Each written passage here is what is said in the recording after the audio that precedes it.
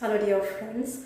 We read the story of a lady called Hannah who did not have a child for a very long time, and finally she goes to the temple of God.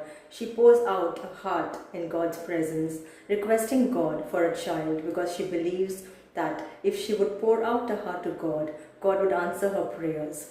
But there was a priest who was sitting, who was watching Hannah praying to God, and he was a negative man. He told her that why are you drunk with wine? Why are you disturbing God with this drunkenness?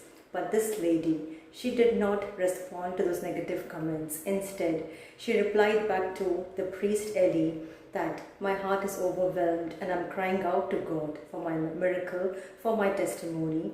And then the priest prophesies over her and he tells her the exact date when she will be giving birth to a child.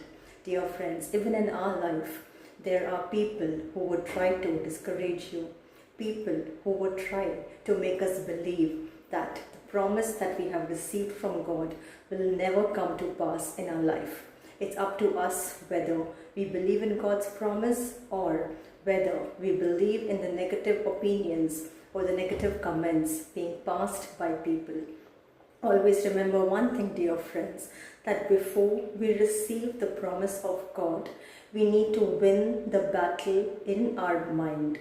Yes, the enemy will try to discourage us and he will try to stop his best so that we don't reach the promise of God and we get defeated, we get discouraged in our mind because the enemy knows that if he tries to get over our mind, he can get us out of God's promise. Yes, if the enemy can be so smart and it knows exactly where to attack, we have to be double careful to protect and preserve our mind. Yes, dear friends, it's so easy to get discouraged and defeated hearing the negative words of people. We live in a world which is negative. People, they don't believe in the promise that God has given us because that promise belongs exclusively to us. It's not given to the people, but it's given to us.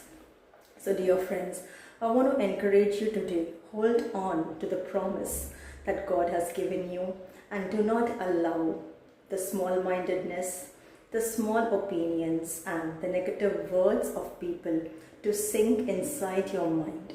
Yes, when you win the battle in your mind, it's as though you have won 99% of the battle and you are just one step away from God's